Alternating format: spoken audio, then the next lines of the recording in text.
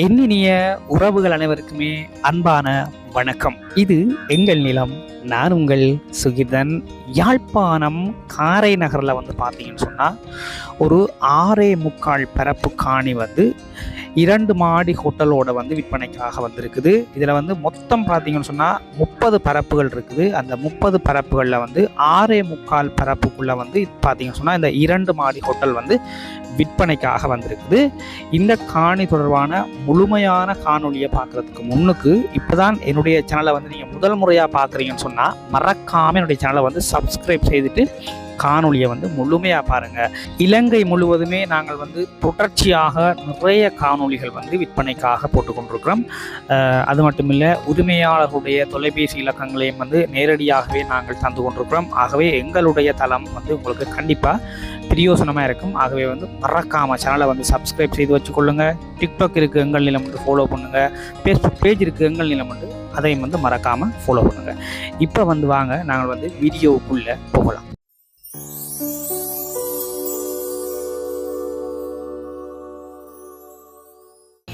இப்போ நாங்கள் எங்கே நிற்கிறோம்னு சொல்லி பார்த்தீங்கன்னு சொன்னால் பொன்னாலை சந்தியில் தான் நிற்கிறோம். இந்த பொன்னாலை சந்தியிலேருந்து பார்த்தீங்கன்னு சொன்னால் நேராக பார்க்குற இந்த பாதை மாதகளுக்கு போகின்ற பிரதான பாதையாக இருக்குது. அதே மாதிரி பார்த்தீங்கன்னு சொன்னால் இங்கால வலதுகை பக்கத்தில் சங்கானைக்கு போகின்ற ஒரு பிரதான பாதை இது. அதே மாதிரி பார்த்தீங்கன்னு சொன்னால் நேராக நாங்கள் இந்த சிறுகடல் பகுதியால் அந்த காரை நகருக்கு போக போகிறோம். அதே மாதிரி நான் இருக்கிற இந்த இடத்துலேருந்து இடதுகை பக்கம் பார்த்தீங்கன்னு சொன்னால் யாழ்ப்பாணம் போகின்ற பாதையாக இருக்குது. இப்போ இந்த சந்தியில், இந்த பொன்னாலை சந்தியில் இருந்து தான் நாங்கள் அந்த காணியை பார்க்க போகிறோம். இதில் பார்த்தீங்கன்னு சொன்னால் காரை நகருக்கு போகிறதுக்குன்னு சொல்லி ஒரு சிறுகடல் தொகுதி ஒன்று இருக்கும், பாலம் ஒன்று இருக்கும். அதை கடந்து தான் நாங்கள் அங்கே போக வேண்டியிருக்கும். அதாவது பார்த்தீங்கன்னு சொன்னால் இந்த சந்தியில் இருந்து கஜூர்னா பீச் பார்த்தீங்கன்னு சொன்னால் சரியாக 6.2 கிலோமீட்டர் தூரத்தில் அமைஞ்சிருக்குது. அதே மாதிரி பார்த்தீங்கன்னு சொன்னால் கோவளம் வெளிச்ச வீடு பார்த்தீங்கன்னு சொன்னால் ஒரு 8.7 கிலோமீட்டர் தூரத்தில் தான் அமைஞ்சிருக்குது. நிறைய சுற்றுலா பயணிகளை கவரக்கூடிய ஒரு அற்புதமான ஒரு பிரதேசமாக இந்த காரை நகர் பிரதேசம் அமைஞ்சிருக்குது. ஈழத்து சிதம்பரம் என்று சொல்லப்படுகின்ற ஒரு மிகப்பெரிய ஒரு சிவன் கோயிலும் பார்த்தீங்கன்னு சொன்னால் இந்த கிராமத்தில் தான் அமைஞ்சிருக்குது. அதே மாதிரி ஒல்லாந்தர் கோட்டையும் பார்த்தீங்கன்னு சொன்னால் இந்த கிராமத்தில் தான் அமைஞ்சிருக்குது. இப்படி நிறைய சுற்றுலா தலங்களை மையமாக கொண்ட ஒரு அற்புதமான ஒரு பிரதேசமாக தான் இந்த இடம் அமைஞ்சிருக்குது. இப்போ நீங்கள் பார்த்தீங்கன்னா தெரியும், 2 பக்கங்களுமே ஒரு அழகிய ஒரு சிறுகடலால் சூழப்பட்ட ஒரு பாதையினூடாகத்தான் நாங்கள் போய்கொண்டிருக்கிறோம். ஆங்காங்கே பார்த்தீங்கன்னு சொன்னால் மீனவர்கள் மீன்பிடி வலைகள் கட்டியிருக்கிறாங்க.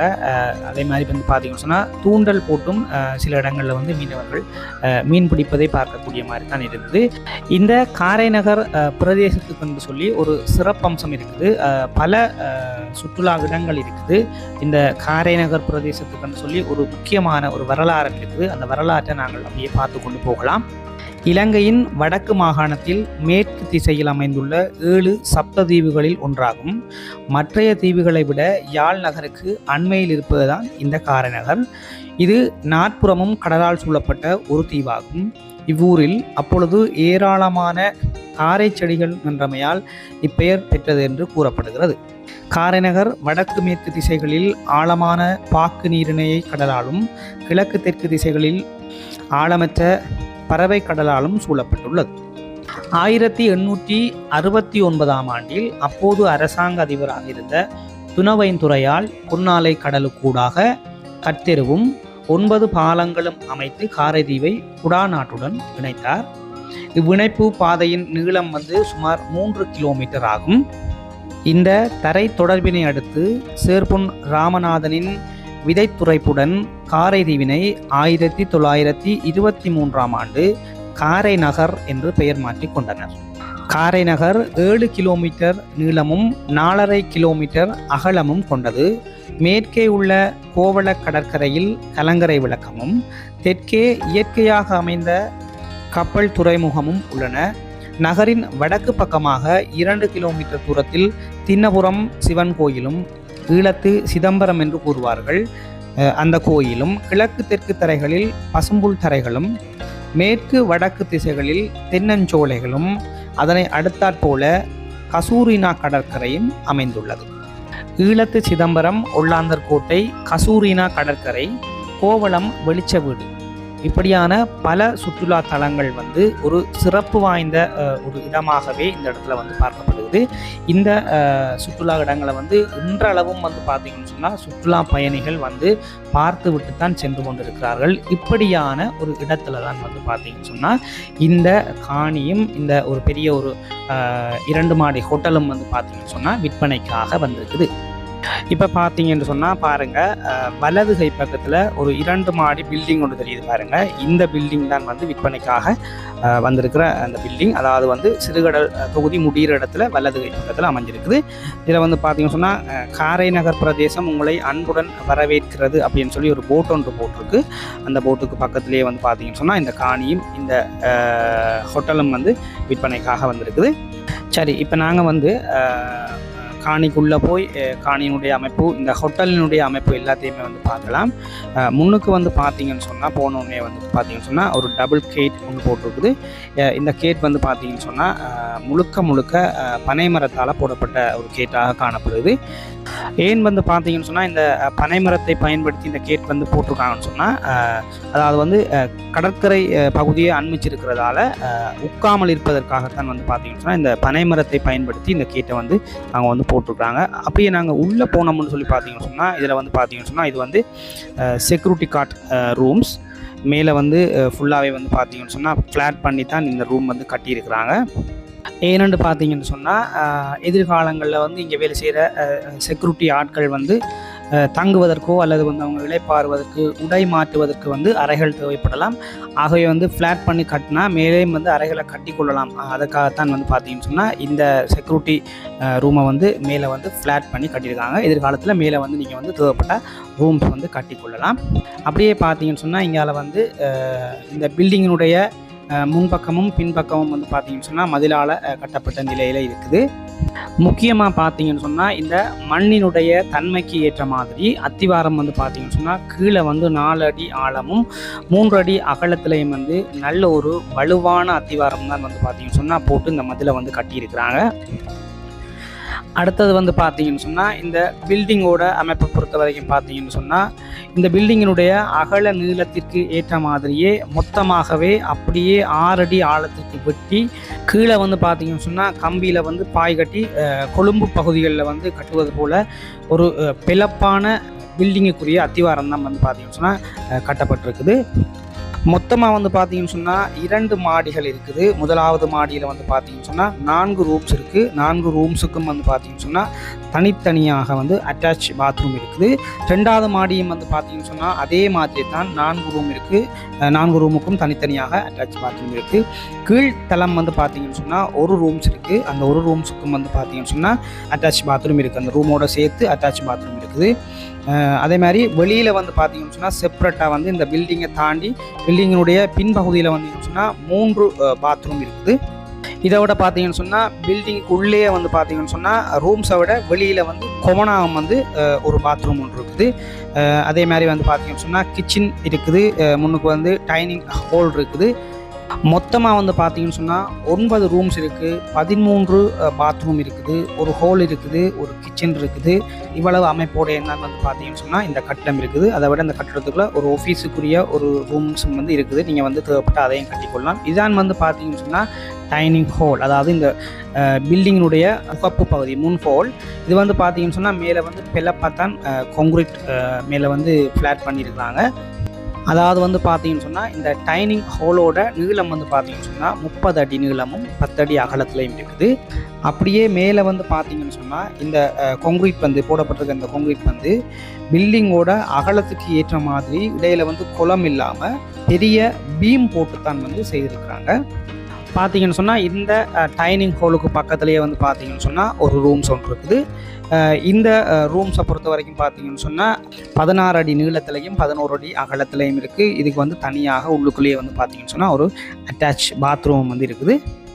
அப்படியே நாங்கள் வெளியே வந்தோம்னு சொன்னால் இங்கால வந்து கிச்சன் இருக்குது. பார்த்தீங்கன்னா தெரியும், இந்த கதவு ஒன்று போட்டிருக்கு, வெள்ளை கதவு போட்டிருக்கு பாருங்கள். இது ஒரு தற்காலிக கதவு தான். இதான் வந்து கிச்சனுடைய நீள அகலம் வந்து பார்த்தீங்கன்னு சொன்னால் 16 அடி நீளமும் 12 அடி அகலத்துலேயும் தான் இருக்குது.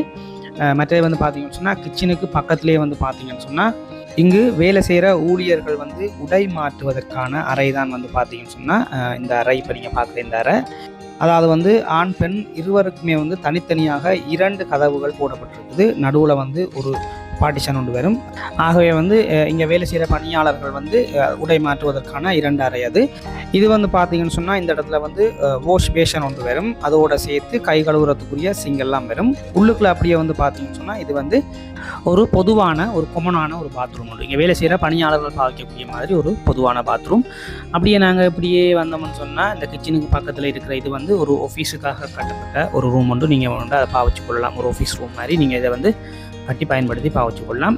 மற்றபடி பார்த்தீங்கன்னு சொன்னால் கதவு ஜன்னல் எல்லாம் வந்து பார்த்தீங்கன்னு சொன்னால் ஃபுல்லாகவே வந்து தேக்கு மரத்தை கொண்டு தான் போட்டிருக்காங்க. இதான் வந்து பார்த்தீங்கன்னு சொன்னால் இந்த கீழ்த்தளத்தினுடைய அமைப்பு. நாங்கள் அப்படியே மேலே போய் முதலாவது மாடியினுடைய அமைப்பை வந்து பார்க்கலாம்.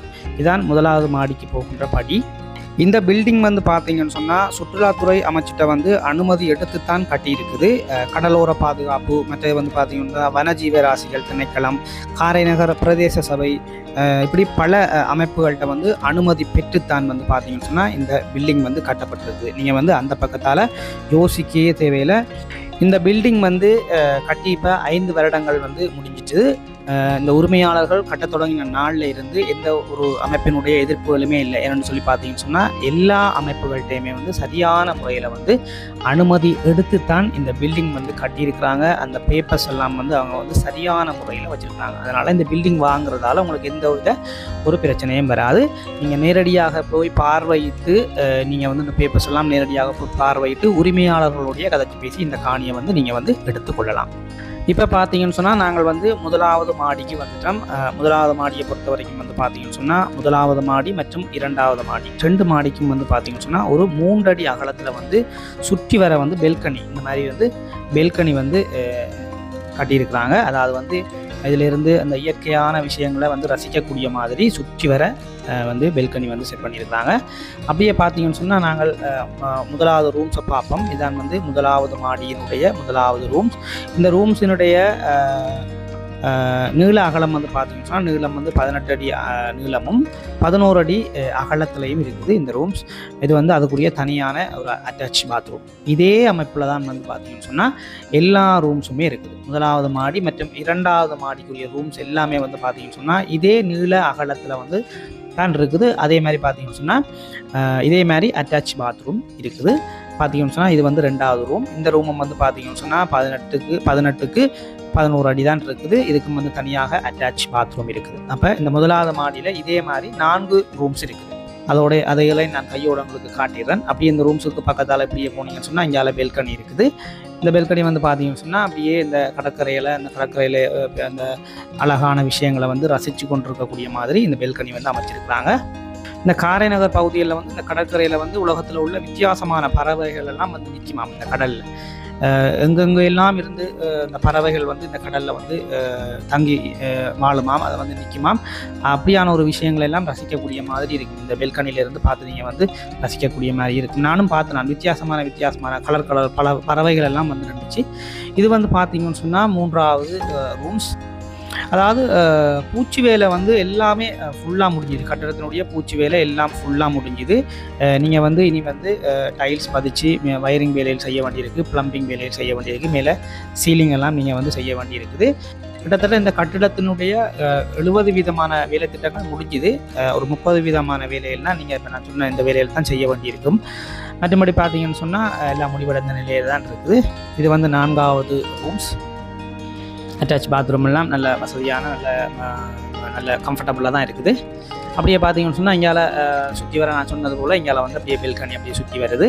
இதான் பார்த்தீங்கன்னு சொன்னால் இந்த பில்டிங்கினுடைய முதலாவது மாடியினுடைய அமைப்பு. அடுத்தது வந்து நாங்கள் வந்து 2வது மாடியினுடைய அமைப்புகளையும் வந்து போய் பார்க்கலாம். அதுவும் வந்து பார்த்தீங்கன்னு சொன்னால் இதே மாதிரியான அமைப்பு தான் இருந்தாலும் அந்த 3வது மாடியினுடைய அமைப்பையும் நாங்கள் கொஞ்சம் வேகமான முறையில் வந்து பார்க்கலாம். இதான் வந்து 3வது மாடிக்குரிய படி. இந்த இடத்துல இருந்து பார்க்கும்போது இந்த தீவினுடைய அழகு வந்து மிக அற்புதமாக இருக்குது. கண்ணுக்கு ஒரு விருந்தாக வந்து இருக்குது. ஏன்னு சொன்னால் அவ்வளவு அழகாக இருக்குது இதில் இருந்து பார்க்கும்போது. இப்போ நாங்கள் 3வது மாடிக்கு வந்துட்டோம். 3வது மாடியும் வந்து பார்த்தீங்கன்னு சொன்னால் அதே மாதிரி நான் சொன்னது போல தான் கீழே நீங்கள் முதலாவது மாடியில் பார்த்த அதே அமைப்பு தான். பெல்கனி எல்லாம் வந்து பார்த்திங்கன்னா சுற்றி வர 3 அடியில் இருக்குது. ரூம்ஸ் எல்லாம் வந்து பார்த்திங்கன்னா அதே மாதிரி 18 அடி நீளமும் 11 அடி அகலத்தில் என்னன்னு இருக்குது. மற்றபடி எல்லா ரூமுக்கும் வந்து பார்த்திங்கன்னா தனித்தனியாக அட்டாச் பாத்ரூம் இருக்குது. அதே வசதிகளோடு தான் எல்லா அமைப்புகளும் இருக்குது. நான் சொன்னது போல் மேலேயும் வந்து ஃபுல்லாகவே பூச்சி வேலை முடிஞ்சுது. கட்டடத்தினுடைய பூச்சி வேலை ஃபுல்லாகவே முடிஞ்சுது. அதாவது வந்து நீங்கள் வந்து கதவு மற்றது ஜன்னல் இந்த மாதிரி விஷயங்களை பார்த்துக்கொள்ளணும். மற்றது நான் சொன்னது போல் மார்பிள் சீலிங் வயரிங் ப்ளம்பிங் வேலையில் கொஞ்சம் நீங்கள் பார்த்துக்கொள்ள வேண்டி இருக்குது. மற்றபடி பார்த்தீங்கன்னு சொன்னால் அமைப்புகளை பொறுத்த வரைக்கும் 2 மாடியுமே ஒரே அமைப்பாக தான் இருக்குது. மொத்தம் வந்து பார்த்தீங்கன்னு சொன்னால் 9 ரூம்ஸ் இருக்குது, 13 பாத்ரூம் இருக்குது, கிச்சன் இருக்குது, ஒரு டைனிங் ஹால் இருக்குது. மற்றது வந்து பார்த்தீங்கன்னு சொன்னால் ஒரு ஆஃபீஸ் ரூம் ஒன்று இருக்குது. மற்றது வந்து பார்த்தீங்கன்னு சொன்னால் 2 அறைகள் பெரும்பாக இருக்குது. கீழே வந்து உடைகள் ஆண்கள் பெண்கள் ஊழியர்கள் பணியாளர்கள் வந்து உடை மாற்றுவதற்குரிய அறைகள் வந்து பெரும்பாக இருக்குது. மற்றது வந்து பார்த்தீங்கன்னு சொன்னால் முன்னுக்கு வந்து ஒரு செக்யூரிட்டி பொட்டியில் ஒன்று இருக்குது. அது வந்து ஃபுல்லாக ஃப்ளாட் பண்ணியிருக்கு. நீங்கள் எல்லாம் பார்த்துருப்பீங்க. மேலே இருந்து பார்க்கும்போது அந்த வியூவை பாருங்கள். இந்த சிறுகடல் தொகுதியினுடைய அந்த அழகு உங்களுக்கு மேலே இருந்து பார்க்கும்போது தான் இன்னும் அற்புதமாக இருக்குது. பாருங்கள் எப்படி இருக்குன்னு சொல்லியா. சரி, இப்போ நாங்கள் கீழே காணியினுடைய அமைப்புகளை பார்க்கலாம். அதே நேரத்தில் வந்து கீழே பில்டிங் வெளியில் 3 பாத்ரூம் இருக்குதுன்னு சொல்லி சொன்னோன்னா அதையும் நாங்கள் வந்து பார்க்கலாம். இப்போ நாங்கள் வந்து கீழ்ப்பகுதிக்கு வந்துட்டோம். மொத்தம் வந்து பார்த்தீங்கன்னு சொன்னால் இந்த காணியினுடைய பரப்பு வந்து 6.25 பரப்பு இருக்குது. 6.25 பரப்புக்குள்ளே தான் வந்து பார்த்தீங்கன்னு சொன்னால் இந்த பில்டிங் வந்து கட்டியிருக்கிறாங்க. இப்போ பார்த்தீங்கன்னு சொன்னால் இந்த பில்டிங்கோட அத்திவாரத்தை பொறுத்த வரைக்கும் பார்த்தீங்கன்னு சொன்னால் 12க்கு 12 சைஸில் தான் வந்து போட்டிருக்கிறாங்க. அதாவது வந்து நிலத்துக்கு கீழே இருந்து 6 அடிக்கு எஸ்கேவேஷன் செய்து தான் இந்த அத்திவாரத்தை வந்து அவங்க வந்து மிக ஸ்ட்ராங்காக வந்து போட்டிருக்கிறாங்க. 42 அடி நீளத்துக்கும் 22 அடி அகலத்துக்கும் பெரிய ஒரு கிடங்காகவே அவங்க எடுத்து தான் இந்த அத்திவாரத்தை வந்து அவங்க வந்து பிளப்பா, அதாவது கொழும்பு சைட்டில் பில்டிங் அடிக்கிற மாதிரி தான் இந்த அத்திவாரம் வந்து போட்டிருக்கிறாங்க. இது வந்து பார்த்தீங்கன்னு சொன்னால் பில்டிங் வெளியில் பில்டிங்க்கு பின்பகுதியில் வந்து பார்த்தீங்கன்னு சொன்னால் ஒரு கொமனான 3 பாத்ரூம் வந்து கட்டியிருக்கிறாங்க. அதாவது வந்து இந்த இடத்துக்கு வந்து சுற்றுலா பயணிகள் வந்து வந்தால் அவங்க வந்து பொதுவாக வந்து பாவிக்கிறதுக்கு தேவைன்றதுக்காக வந்து பார்த்தீங்கன்னு சொன்னால் பெரும்பாலும் வந்து இந்த 3 பாத்ரூம் வந்து கட்டியிருக்கிறாங்க.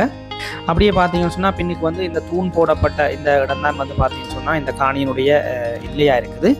இதில் வந்து பார்த்தீங்கன்னு சொன்னால் மொத்தம் வந்து பார்த்தீங்கன்னு சொன்னால் 30 பரப்புகள் இருக்குது. அந்த 30 பரப்புகளில் வந்து 6.25 பரப்போட இந்த பில்டிங்கோட சேர்த்து தான் அந்த காணி வந்து விற்க போகிறாங்க. உங்களுக்கு தேவையண்டா இன்னும் காணிகள் மேலதிகமாக தேவை அப்படின்னு சொல்லி நீங்கள் வந்து நினச்சிங்கன்னு சொன்னால் நீங்கள் மிகுதி இருக்கிற இந்த காணி துண்டுகள், அதாவது இந்த பரப்புகளை வந்து நீங்கள் வந்து விலைகளை வந்து பேசி தீர்மானித்து எடுத்துக்கொள்ளலாம். அது ஒன்றும் பிரச்சனை இல்லை. உங்களுக்கு இன்னும் மேலதிகமாக எங்களுக்கு தேவை அப்படின்னு சொல்லி நீங்கள் நினச்சிங்கன்னு சொன்னால் மிச்சம் இருக்கிற நீங்கள் வந்து பரப்புகளையும் வந்து நீங்கள் ஒரு விலையை ஒன்று தீர்மானித்து நீங்கள் உரிமையாளரோட கதைச்சி பேசி எடுத்துக்கொள்ளலாம். இதில் வந்து பார்த்தீங்கன்னு சொன்னால் மேலே வந்து 2வது மாடிக்கு மேலே பாருங்கள் தண்ணி டேங்க் ஒன்று தெரியுது. இந்த தண்ணி டேங்க் வந்து பார்த்தீங்கன்னு சொன்னால் கிட்டத்தட்ட 2000 லிட்டரில் வந்து கிட்டத்தட்ட ஒரு 4 டேங்க் வைக்கக்கூடிய மாதிரி அந்த பாரத்தை தாங்கக்கூடிய மாதிரி பெல்லப்பா வந்து இந்த தண்ணி டேங்க் வந்து கட்டியிருக்கிறாங்க.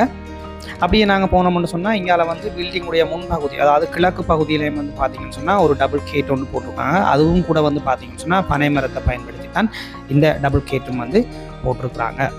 2 கேட்டுமே வந்து கொஞ்சம் மாடல் வித்தியாசமாக இருக்கும். ஆனால் அது ஒரே சைஸ் தான். மற்றது வந்து பார்த்தீங்கன்னு சொன்னால் பனை மரத்தினால் 2 கேட்டுமே வந்து போட்டிருக்காங்க. இதான் உறவுகளே இந்த காணியினுடைய முழுமையான அமைப்பு. உங்களுக்கு இந்த பில்டிங் இந்த காணி பிடிச்சிருந்ததுன்னு சொன்னால் உரிமையாளருடைய தொலைபேசி இலக்கங்களை நான் இந்த காணொலியில் உங்களுக்கு தரேன். நீங்கள் வந்து அவரோட கதைச்சி பேசித்தான் இதை நீங்கள் எடுத்துக்கொள்ள வேணும். விலை சம்பந்தமான விவரங்கள் எல்லாமே நீங்கள் அவரோட தான் கதைச்சி கொள்ள வேணும். மேலதிகமான காணிகள் தேவைப்பட்டாலும் நீங்கள் இந்த இடத்துல எடுத்துக்கொள்ளலாம். மற்றும் ஒரு காணொலியில் நான் உங்களை சந்திக்கிறேன். நன்றி, வணக்கம்.